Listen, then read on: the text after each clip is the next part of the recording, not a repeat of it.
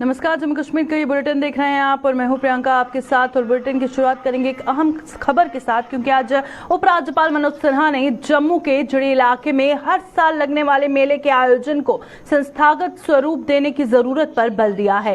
इन दिनों जम्मू प्रवास पर आए उपराज्यपाल ने आज जड़ी का दौरा कर वहां पर प्रशासन द्वारा की गई व्यवस्थाओं का जायजा लिया और वे इसके आयोजन में स्थानीय लोगों की भूमिका का जिक्र करना भी नहीं भूले।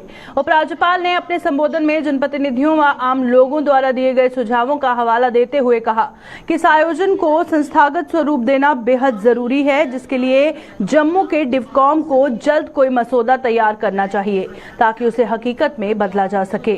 उपराज्यपाल ने इस मुहिम में स्थानीय लोगों से भी सहयोग की मांग की।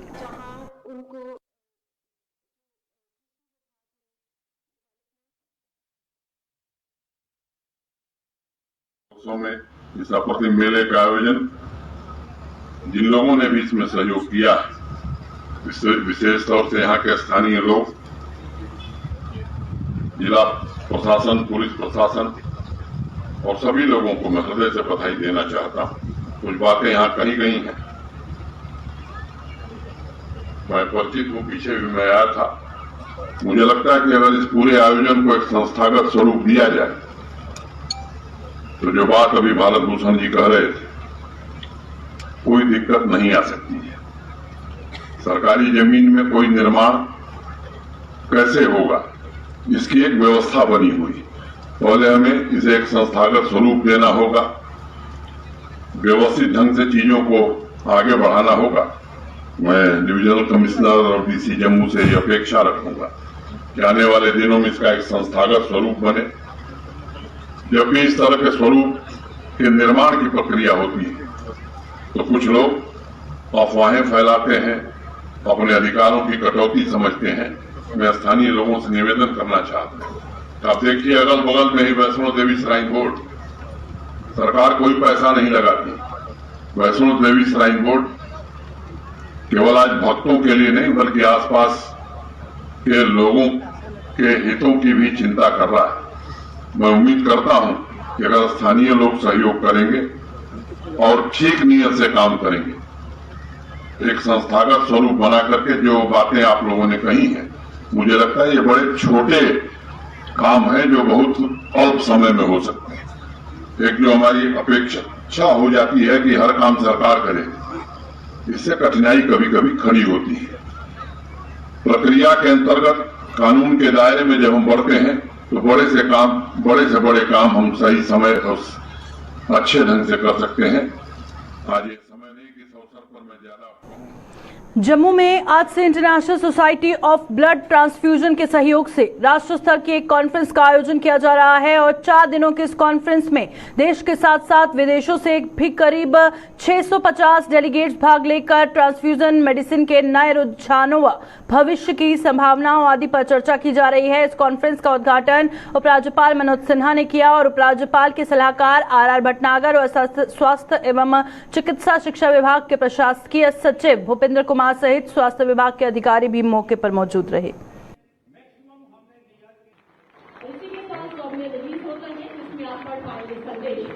सुबह उठो तो you should be enthusiastic to work and you should be कंपल्ड।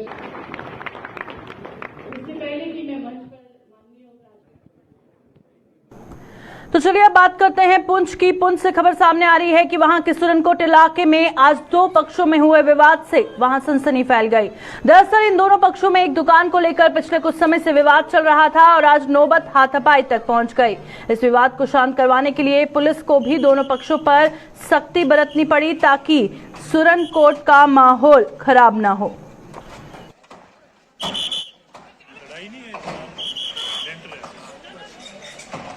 हमारा हिंदू और मुसलमान का ये भाईचारा परंपरा से चला आ रहा है, लिहाजा ये जो इन्होंने काम किया अखनूर से यानी कि लड़के मंगवाकर यहाँ पर दुकान पर कब्जा किया, ये जो जितना एपिसोड हुआ ये सारा गलत हुआ।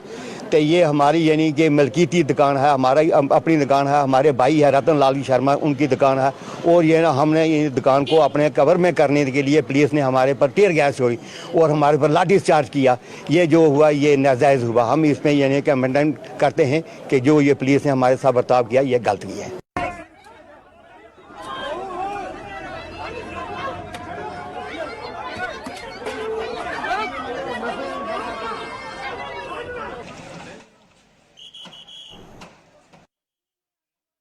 खिलाफ अपना अभियान जारी रखते हुए सुरक्षा बलों ने आज शोपियां में एक मुठभेड़ के दौरान जैश ए मोहम्मद से जुड़े एक विदेशी आतंकी को मार गिराया। मारे गए आतंकी की पहचान कामरान उर्फ अनीस के रूप में हुई है और कश्मीर पुलिस ने पाकिस्तान आतंकी कामरान के मारे जाने की पुष्टि करते हुए बताया कि वह कुलगाम शोपियां में सक्रिय था और पुलिस काफी समय से उनकी तलाश में थी। दरअसल शोपियां के खाबरान इलाके में आतंकियों के देखे जाने की सूचना के बाद सुरक्षा बलों ने इलाके की घेराबंदी कर आतंकियों की तलाश शुरू कर दी। इलाके में 1 से 2 आतंकियों के देखे जाने की सूचना मिली और सुरक्षा बलों को अपने नजदीक आते देख एक मकान में छिपे आतंकी कामरान ने गोलीबारी शुरू कर दी। जवाबी फायरिंग में पहले सुरक्षा बलों ने उसे हथियार डालने का मौका दिया, परंतु जब वह नहीं माना तो कुछ ही समय चली मुठभेड़ के दौरान उसे मार दिया गया और उसके शव को अपने कब्जे में ले लिया गया।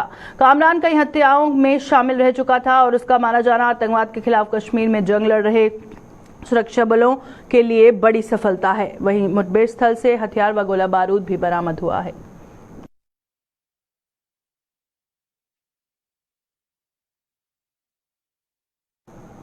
सुरनकोट ब्लॉक के डीडीसी सदस्य शाहनवाज चौधरी ने रजाड़ा का दौरा किया। इस दौरान उन्होंने हाई सेकेंडरी स्कूल हाड़ी से रजाड़ा तक लिंक रोड के निर्माण की नींव रखी और इस अवसर पर आरएंडबी के एग्जीक्यूटिव इंजीनियर हरविंदर सिंह और एईई सुरनकोट विकास भारद्वाज सहित अन्य अधिकारी भी मौजूद रहे।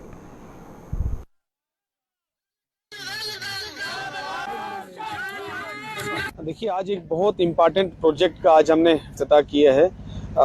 ये हायर सेकेंडरी स्कूल हाड़ी से रजाड़ा रोड जो है, इसमें हाड़ी अपर ए, हाड़ी लोअर और फिर जो है डोडी पंचायत का बहुत बड़ा हिस्सा रजाड़ा आता है। ये 6 किलोमीटर का प्रोजेक्ट जो है नाबार्ड के अंदर मैंने 1 साल के अंदर सैंक्शन करवाया। ये करीब 6 करोड़ के करीब जो है ये प्रोजेक्ट है और ये बहुत इंपॉर्टेंट प्रोजेक्ट इसलिए था क्योंकि रजाड़ा जो है वो बहुत दूर दराज इलाका है और हाड़ी के पिछले एरिया जो है बहुत दूर दराज इलाके हैं जहाँ 70 साल से लोग जो है वो बहुत मुश्किलों का सामना कर रहे थे और लोग इंतजार में थे 70 साल से कि कब हमें सड़क की फैसिलिटी मिले। लोगों की सब मेरी कमिटमेंट थी, आज कमिटमेंट पूरी हुई है। आज हमने एक्जिन आरएंडबी पुंछ, रविंदर सिंह साहब, एडब्ल्यू और सारे डिपार्टमेंट के और जो है कई सौ लोगों की मौजूदगी में जो है और यहाँ की गाँव की जो है मौजूद शख्सियत की मौजूदगी में जो है हमने आज इस रोड का काम शुरू करवाया है।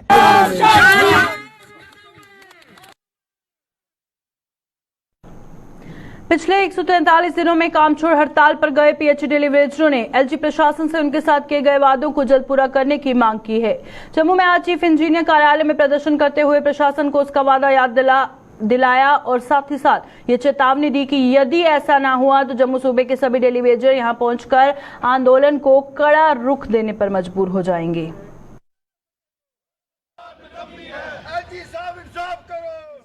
आज 143 दिन हो गए हैं, सरकार अभी भी सोई हुई है।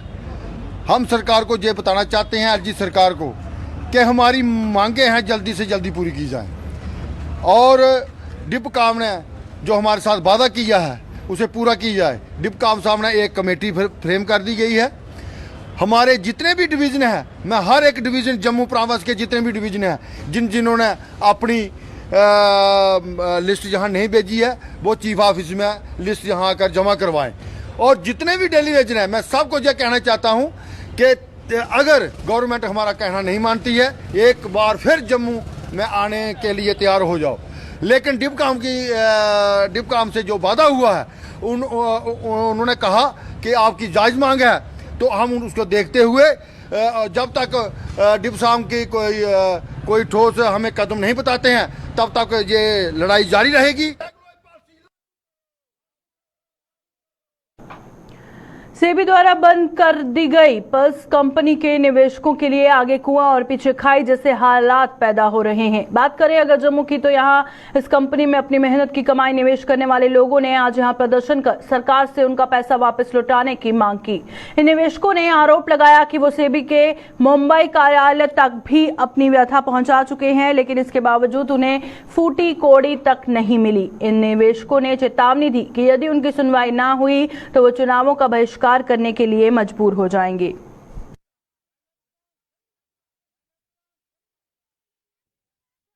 बहुत सारा अपने नियर रिश्तेदारों का सबका पैसा लगवाया है और 2014 में अगस्त 2014 में इसको अपना क्या कहते हैं मोदी सरकार के द्वारा इसको बाइंड अप किया गया। 2016 में 2 फरवरी 2016 में इसको सुप्रीम कोर्ट का एक ऑर्डर आता है। वहाँ पे इन्होंने एक रिटायर्ड जज हैं जस्टिस RM लोढ़ा जी, उनकी अध्यक्षता में एक कमेटी बनाई थी, गठन किया था उसका। तो इन्होंने 6 महीने में इस कंपनी का जो पैसा लगा हुआ जो विक्टिम्स का उसको वापस करने का वादा किया था। लेकिन सर 7 साल बीत जाने के बाद ना तो कोई पैसा है ना कुछ है, और हम लोग दर बदर की जो ठोकरें खा रहे हैं। कभी धरना प्रदर्शन जम्मू में, कभी दिल्ली में, कभी पंजाब में, तो कभी सैबी हेड ऑफिस बॉम्बे तक हम लोग गए हैं, लेकिन हमारी कोई नहीं सुन रहा सर। अभी इलेक्शन आ रही है तो हम जोर शोर से सर इसका बाइकाट करेंगे। अगर हमारा भुगतान होगा तो तभी मतदान होगा, अगर भुगतान नहीं हुआ तो हम टोटली बाइकाट करेंगे, चाहे वो कोई भी पार्टी हो।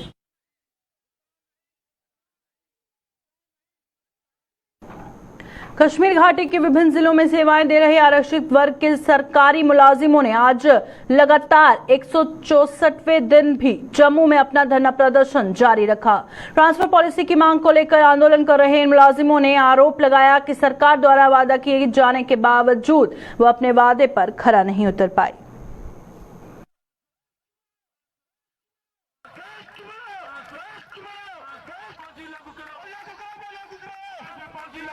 1 जून से धरना प्रदर्शन शुरू हुआ।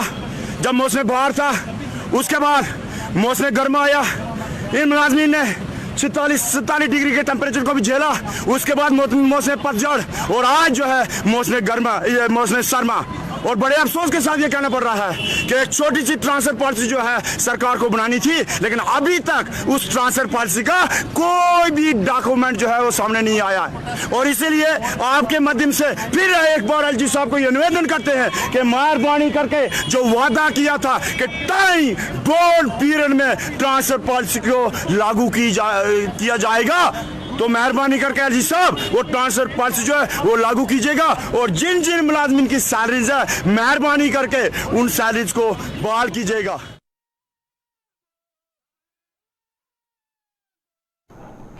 नई पेंशन स्कीम का विरोध कर रही उत्तरी रेलवे मजदूर यूनियन ने सरकार के खिलाफ मोर्चा खोल दिया है और यूनियन के फिराजपुर मंडल के संभागीय काउंसिल की जम्मू में आज हुई बैठक में रेलवे कर्मचारियों ने सरकार के उनके प्रति नीतियों को जमकर लताड़ लगाई। बैठक में अध्यक्षता करने के लिए विशेष तौर पर जम्मू पहुंचे यूनियन के महासचिव BC शर्मा ने कहा कि रेलवे कर्मचारी देश का दूसरी लाइन ऑफ डिफेंस है, लेकिन सरकार अभी तक इस हकीकत को नहीं समझ पाई है और सरकार विधायकों और सांसदों की पेंशन महंगाई के साथ साथ बढ़ा रही, लेकिन रेलवे कर्मचारियों के साथ भेदभाव किया जा रहा है। नई पेंशन स्कीम जो है, क्योंकि रेलवे कर्मचारी डिफेंस के बराबर है, दूसरी डिफेंस लाइन है। जब भी इस देश के ऊपर आपदा आई है किसी तरह की, चाहे कोरोना आया, कोरोना के अंदर तकरीबन 2800 कर्मचारी और अधिकारी हमारे इस कोरोना में डेथ हुई है। कि हमारे जो साथी शहीद हुए हैं 2800, उनको भी एक्सग्रेशिया 50 लाख रुपया मिलना चाहिए। अभी तक इस गवर्नमेंट ने कुछ नहीं दिया। ये गवर्नमेंट अपनी पेंशन जो है, जितने भी बीजेपी के चाहे दूसरे पार्टी के MLA MP बने हैं, उनकी पेंशन जैसे महंगाई भत्ता बढ़ेगा उनका भी पेंशन बढ़ेगी। सारे जनवरी 2004 के बाद के हैं, उनको पुरानी पेंशन का सिस्टम है। जब वो खुद ले सकते हैं, या तो contributory pension member parliament MLA उनको भी लेनी चाहिए। जो नए साथी जो देश की सेवा कर रहे हैं, जिनके अंदर नेशनलिटी है, उनको पुरानी पेंशन मिलनी चाहिए। चिड़ी इलाके में लगा उत्तर भारत का सबसे बड़ा मेला वहां रेडी फड़ी लगाने वालों के लिए परेशानी का सबब बन गया है। उनका आरोप है कि इस मेले का ठेकेदार आए दिन उन्हें परेशान कर रहा है और उन्होंने बताया कि एक दिन का 300 रुपए वसूल करने के बाद भी ठेकेदार उनसे 15,000 रुपए की मांग कर रहा है। वो पिछले 20 वर्षों से चिड़ी में रेडी लगाकर अपनी रोजी रोटी कमा रहे हैं, लेकिन ठेकेदार उनकी सारी कमाई हड़पने की फिराक में है। इन लोगों ने ठेकेदार के खिलाफ प्रदर्शन करते हुए प्रशासन से न्याय की गुहार लगाई।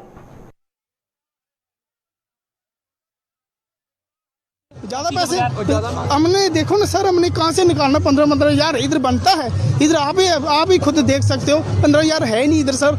ये हमको बोल रहे हैं 15-15 हजार रुपया। सर हम एक ठेली लगाने वाले गरीब आदमी हम कहाँ से देंगे हम 15-15 यहाँ पे रेडी लगा रहे सर 20 साल हो गए हमको इधर रहते हुए। हम लगाते हैं कि लोकल? मेले में भी लगाते हैं, लोकल भी लगाते हैं सर। अभी मेले में हम पर्ची कटवा रहे हैं। ये देखो पर्ची कल की 300 रुपया काटी है।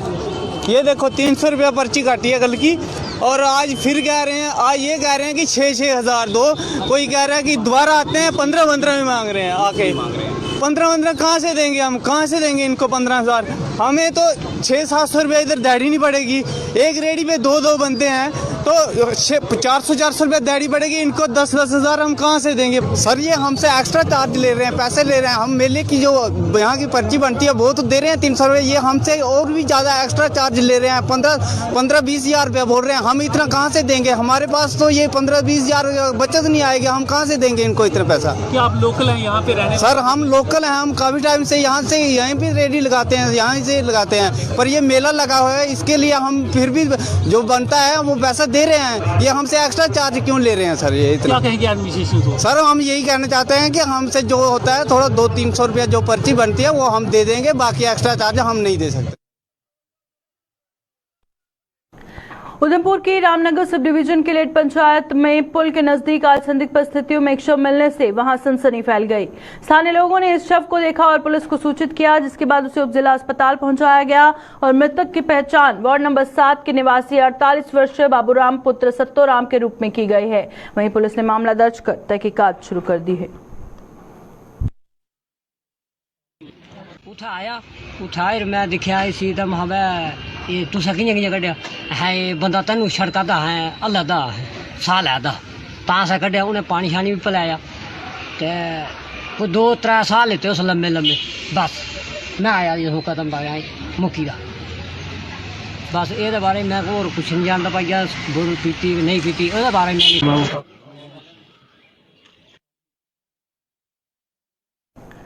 आंगनवाड़ी वर्करों ने जम्मू में वीरवार को किए गए प्रदर्शन के दौरान पुलिस पर उनके साथ बदसलूकी किए जाने का आरोप लगाया है। आंगनवाड़ी वर्कर्स वेलफेयर एसोसिएशन के बैनर तले इन महिलाओं ने जम्मू में वीरवार को प्रदर्शन किया था, लेकिन पुलिस ने इन्हें गिरफ्तार कर लिया था। भारतीय मजदूर संघ की प्रदेश महामंत्री नीलम शर्मा ने जम्मू में आज एक प्रेस कॉन्फ्रेंस के दौरान पुलिस के रवैये पर कई संगीन आरोप लगाते हुए इस पूरे मामले की कड़ी निंदा की।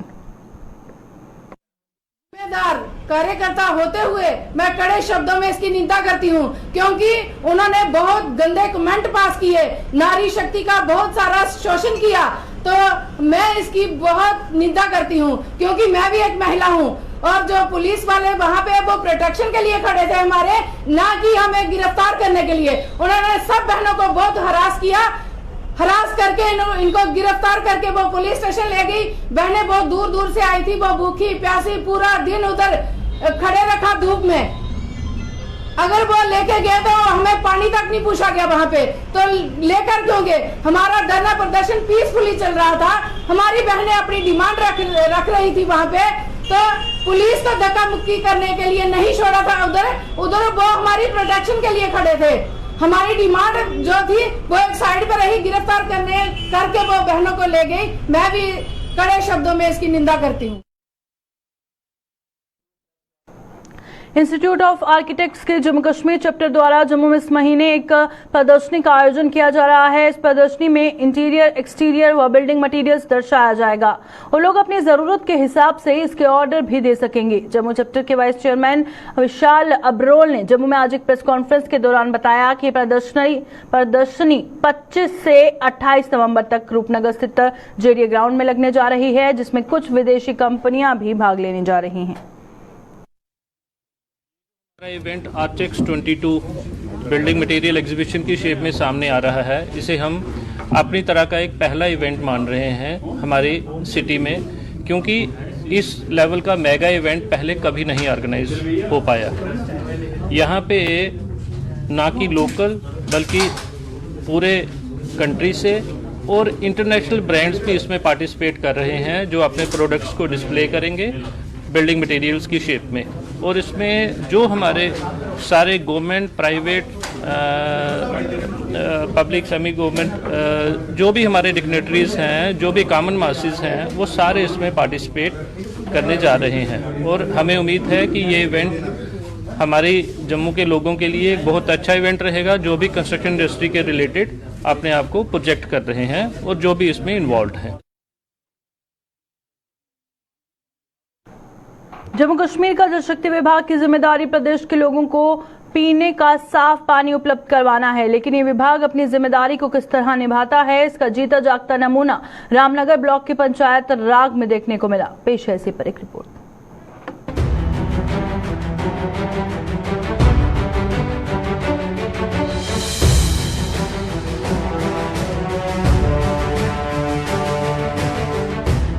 जमीन पर पड़ी पानी की ये पाइपें जम्मू कश्मीर जल शक्ति विभाग के काम करने के तौर तरीके की कहानी बयान कर रही हैं। ये तस्वीरें जिला उधमपुर के ब्लॉक रामनगर की राग पंचायत की हैं। इन तस्वीरों से यह साबित हो जाता है कि जम्मू कश्मीर का जल शक्ति विभाग प्रधानमंत्री नरेंद्र मोदी के हर घर नल के लक्ष्य को पूरा करने को लेकर कितना गंभीर है। पिछले 6 महीनों से पंचायत के वार्ड नंबर 2 ठंडा पानी के लोग पानी की बूंद बूंद के लिए तरस रहे हैं। मैं ਇਹਦਾ ਪਾਣੀ ਦੇ ਬਾਰੇ ਸੇ ਸੁਣਾਉਣਾ ਜਨਾਬ। ਪਾਣੀ ਸਾਡਾ ਬਿਲਕੁਲ ਹੀ ਆਉਂਦਾ ਨਹੀਂ ਹੈ। 6 ਮਹੀਨੇ ਹੋਈ ਹੈ ਪਾਣੀ ਬੰਦ ਸਾਡਾ। ਖਦਈਆ ਘਰ ਘਰ ਜਲ ਦੇ ਆਨੇ ਕੁਥਾ ਜਲ ਇੱਥਾ ਅਸੀਂ ਤਾਂ ਲੱਭਿਆ ਨਹੀਂ ਕਦੇ ਵੀ ਜਲ ਇੱਥਾ ਕੋਈ ਵੀ। ਇਹ ਤਰੀਕਾ ਹੈ ਮਾਰਾ, ਇਹ ਦਿਖ ਲਓ ਹਾਲਤ ਉਸ ਮੌਕੇ ਪਰ ਆ ਦੇ ਕਿ बहुत बुरी हालत है। कोई डीसी मैडम का हथ जोड़िए आखने चाहने अस कि डीसी मैडम जी कोई करो मेहरबानी साड़ी पानी के बारे। इस गांव के लोगों के लिए जल आपूर्ति के लिए सरकार ने पानी की पाइपें तो मुहैया करवा दी, लेकिन जल शक्ति विभाग के मुलाजिमों ने इन पाइपों को किस तरह से लगाया है ये आप इन तस्वीरों में साफ देख सकते हैं।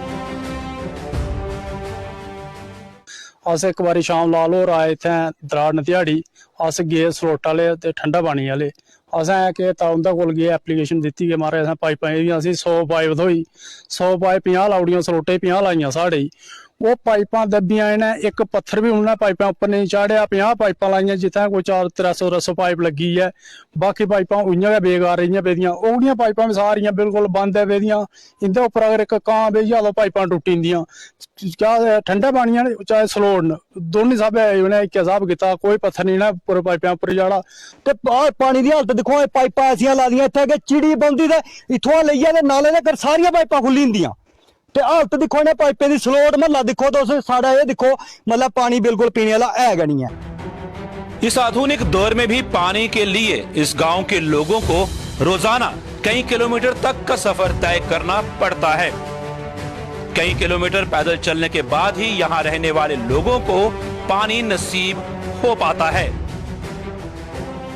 काम से असें पानी जाना पौंदा 3-3 किलोमीटर पानी दूर जाना पौंदा इन्नी परेशानी असें डंगर लेइयै अगर पानी पिलाने जन्ने तां वापस औंदे डंगर भीत रैह्दे होंदे अगर अस पानी दूरे दे बच्चें भेजी नहीं सकने एक बंदा ते असें पानी आस्तै घर चाहिदा होंदा कि उसने पानी आह्नना होंदा लोग के डरदे कि चलो असें रुट्टी बनाने टाइम लगदा मगर अस इसी चीज़े डरने के असें पानियै डरने के कि कोई साढ़े उड़ी जाओ असें पानी आह्नने दूर जाना पौंदा तो हून अगर चलो कोई जोर आह्ला होदा जाइयै दूर ना जाओ जागत जनानी एड्डी दूर कुत्थें जाङन 5 किलोमीटर दूर सारियां धीआं भैणां पानी लैने जंदियां इत्थुआं मतलब कि और राती शामी दिनें न्हेरा पानी लेइयै औंदियां पीने आस्तै पानी मतलब कल की डंगर साढ़े त्रै दे मरा दे इत्थै मतलब सब्जियां सुक्का दियां बुरी हालत पानी दा बहुत गै ज्यादा मतलब कि मोदी जी आखदे कि घर घर नल ते घर जल असें ते लभदा नहीं पानी साढ़े कश कोई नहीं कोई बां नहीं कोई बौली नहीं कोई मतलब खूह नहीं तलाऽ नहीं इत्थै कश 2 किलोमीटर जाना पौंदा जे ते राती कोई कम्म लगे दा होंदा दिन जिमीदार कम्म दिना करना राती पानी जेल्लै पीना पौंदा 2 किलोमीटर कौन जाई सकदा न्हेरा कोई साढ़ी धी भैन जाई सकदी है। पानी की किल्लत से परेशान इन लोगों ने अब जल शक्ति विभाग और स्थानीय प्रशासन से पानी की समस्या का समाधान करने की गुहार लगाई है। मैं डीसी मैडम दे अगे हथ जोड़िए आखना और अपने प्रधानमंत्री मोदी जी थोड़ा हथ जोड़िए आखना कि साढ़ा पानी के बारे सोचो किश अगर मतलब कोई है किश इत्थै कोई मतलब गौरमेंट कोई है साड़ी नहीं है तो पाकिस्तान भेजी ओड़ो सारे लोगों चुकिए इत्थुआं। देश को आजाद हुए अब 7 दशक बीत चुके हैं, लेकिन जम्मू कश्मीर के कई ऐसे इलाके हैं जो इस आधुनिक युग में भी पीने के पानी की एक एक बूंद के लिए तरस रहे हैं। रामनगर से राहुल शर्मा के साथ अश्विनी चंदेल की रिपोर्ट। ग्रामीण क्षेत्रों में साफ सफाई और घरों से निकलने वाले कूड़े के निस्तारण की व्यवस्था न होने के कारण लोग सड़कों और नहरों के किनारों पर कूड़ा फेंक रहे हैं और ग्रामीण हलकों में नहरों और सड़कों के किनारे पर कूड़े के ढेर नजर आ रहे हैं। यही वजह है कि लोगों ने सरकार से ग्रामीण हलकों में भी शहरी क्षेत्रों की तर्ज पर सफाई और कूड़े के निस्तारण की व्यवस्था करने की मांग की है। उनके मुताबिक नहर और सड़कों के किनारों पर लगे गंदगी के ढेरों से जहां बदबू फैल रही है, वहीं कई बीमारियों के पनपने का भी अंदेशा बना हुआ है।